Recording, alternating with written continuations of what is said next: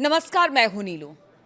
तो आज इस वीडियो की शुरुआत करेंगे ईरानी संसद के स्पीकर बागिर गालिबाफ के बयान के साथ। आज इस वीडियो की शुरुआत इसलिए कर रहे हैं क्योंकि कल हमें या कि पूरी दुनिया को लगा कि ट्रंप ने जो सीज़फायर किया उसको पूरी ईमानदारी के साथ निभाएंगे, लेकिन अब दोनों तरफ से यानी ईरान की तरफ से भी और अमेरिका की तरफ से भी कहा यह जा रहा है कि सीज़फायर को लेकर अब उल्लंघन किया जा रहा है और गालिबाफ ने इसी बात का जिक्र किया है। गालिबाफ ने क्या कहा है? गालिबाफ ने बयान में कहा है कि बातचीत शुरू होने से पहले 10 सूत्रीय प्रस्ताव के 3 मुख्य बिंदुओं का उल्लंघन कर दिया गया। उन्होंने कहा कि अमेरिका पर ईरान का जो गहरा ऐतिहासिक विश्वास था वो उनके वादों के बार-बार उल्लंघन से पैदा हुआ और ये पैटर्न फिर दोहराया गया है। यानी एक बार फिर से जो भी शर्तें रखी गई, बातचीत करने की बात की गई, सीज फायर करने की बात की गई, उसे तोड़ दिया गया। उन्होंने राष्ट्रपति डोनाल्ड ट्रंप को याद दिलाया कि ट्रुथ सोशल पर लिखते हुए कि ईरान के 10 सूत्रीय प्रस्ताव को बातचीत करने लायक आधार बताया था और अब उनके 3 बिंदु ही तोड़ दिए हैं। अब देखिए ये 3 बिंदु क्या है।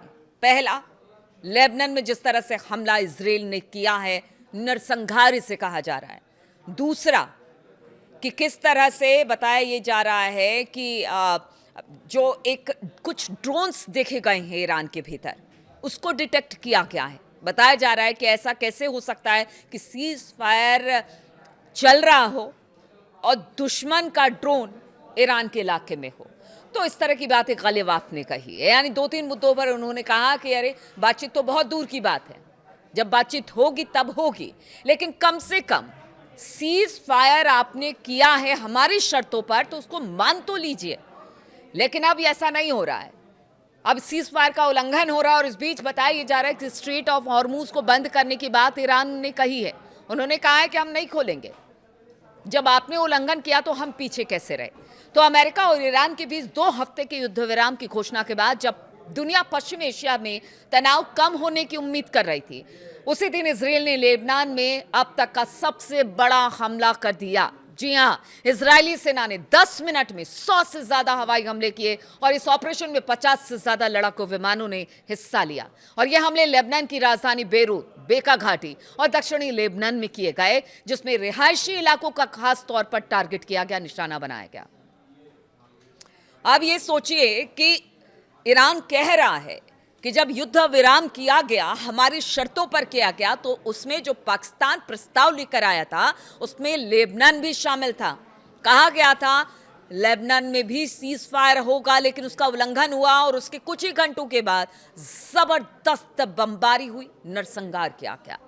लेबनान के लिए ये इस संघर्ष का सबसे जानलेवा दिन साबित हुआ, जिसमें कम से कम बताया जा रहा है कि 254 लोग मारे गए और 1100 से ज्यादा लोग घायल हुए हैं। मरने वालों का आंकड़ा बढ़ने की भी बात सामने आ रही है, क्योंकि बचाव दल मलबे के नीचे लोगों को तलाश रहा है। अब भी तलाश वहां पर की जा रही है लोगों की।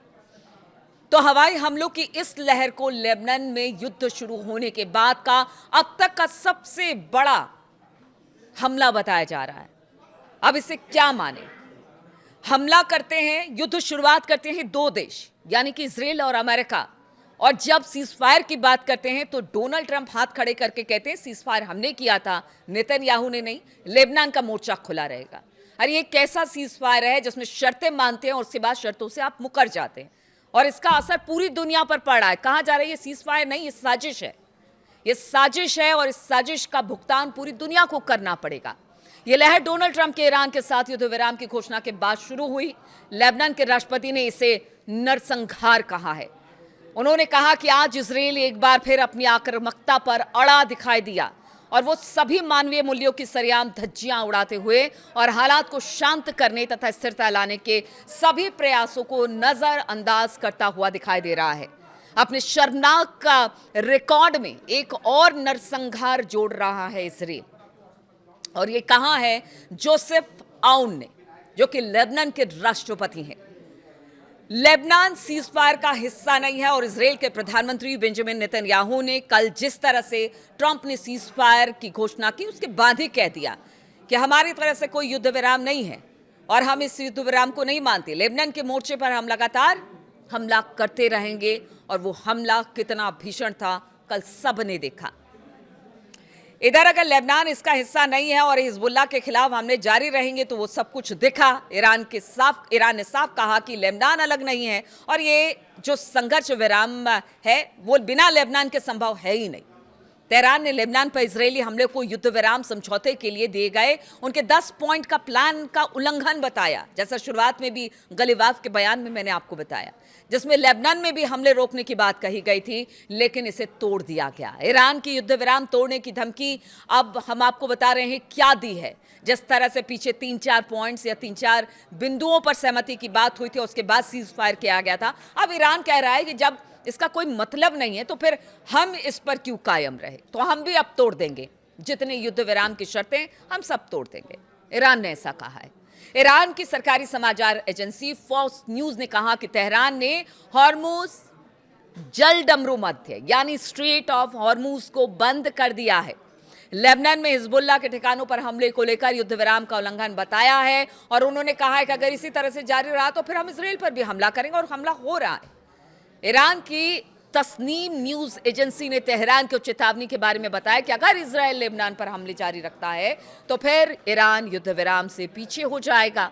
यानी अभी तो सिर्फ वो स्ट्रेट ऑफ हॉर्मुज की बात कर रहा है बंद करने की, उसके बाद तो फिर वही चीज, वही मिसाइलें दागी जाएंगी, वही ड्रोन गिराए जाएंगे, वही हवाई हमले होंगे। मैं सभी पक्षों से पूरी ईमानदारी और गंभीरता से अपील करता हूं कि वो संयम बरतें और तय समझौते के मुताबिक 2 हफ्ते तक संघर्ष विराम का सम्मान करें। अब देखिए ये कौन कह रहा है, ताकि कूटनीतिक इस संघर्ष के शांतिपूर्ण समाधान की दिशा में अहम भूमिका निभा सके। तो ये कह रहा है पाकिस्तान, और ये कह रहा है वहां के जो प्रधानमंत्री हैं वो कह रहे हैं कि देखिए अभी कैसा सीजफायर पाकिस्तान ने करवाया है। सबके सामने यही बात है कि पाकिस्तान ने कैसा सीजफायर का है। क्या अमेरिका के पास कुछ और लेकर गया, ईरान के पास कुछ और शर्तें लेकर आया? क्योंकि अगर ट्रंप की बात की जाए तो ट्रंप ने कहा कि देखिए हम तो यूरेनियम इनरिचमेंट जब तक ईरान बंद नहीं करेगा तब तक हम किसी तरह की बातचीत नहीं करेंगे। मिसाइल प्रोग्राम को कम करना पड़ेगा, उस पर उसके अलावा हम बात नहीं करेंगे। तो फिर ये कैसा सीजफायर है जो पाकिस्तान ने कराया है? पाकिस्तान की खूब फजीहत हो रही है। देखिए 11 तारीख को पाकिस्तान में एक बैठक होने वाली है इस सीज फायर को लेकर, मध्यस्थता पाकिस्तान कर रहा है। माना यह जा रहा है क्या उससे पहले ही सब कुछ खत्म हो जाएगा, कोई सीज फायर नहीं, कुछ नहीं, अब दोनों तरफ से फिर हमले होंगे, या फिर उस जगह पर बैठे जरूर, इस्लामाबाद में बैठेंगे जरूर, लेकिन उसके बाद स्थिति और खराब होगी। इसलिए अब पाकिस्तान को लेकर भी बहुत सारे सवाल उठ रहे हैं कि एक ऐसा सीज फायर है, क्या कोई इसके जो प्रस्ताव है जो लेकर पहुंचा अलग अलग तरीके से दोनों के सामने उसने प्रेजेंट किया पाकिस्तान इस सीज फायर के प्रस्ताव को? क्या डोनाल्ड ट्रंप जो कह रहे थे वो ईरान को नहीं बताया, या ईरान ने जो कहा वो डोनाल्ड ट्रंप ने उस बात को नहीं मानी? फिर कैसा सीज फायर था ये? शोर तो यही मचा कि सीज फायर हो गया, 2 हफ्तों तक, कम से कम 2 हफ्तों तक तो थोड़ी सी शांति रहेगी। लेकिन अब यही कहा जा रहा है कि ये शांति कब तक रहेगी, क्योंकि देखिए नेतन्याहू तो बिल्कुल बात नहीं मान रहे हैं और इससे पल्ला अब खींच लिया है ट्रंप ने। नेतन्याहू जबरदस्त तरीके से लेबनान के इलाके में हमला कर रहे हैं।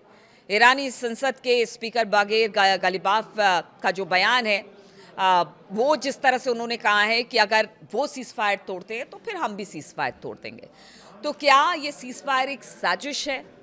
क्योंकि ईरान पहले ही कह चुका है कि हमें विश्वास नहीं है डोनाल्ड ट्रंप उनकी बातों पर, और अपनी अपनी बातों पर दोनों अड़े हुए हैं। तो जब बात वही पुरानी है तो फिर जो सीज फायर है वो कैसे होगा? सवाल सबसे बड़ा यही है और सबकी निगाहें इसी तरफ है कि पता नहीं फिर से कब हमला शुरू हो जाए, क्योंकि हालात तो कुछ ऐसे ही बयां कर रहे हैं।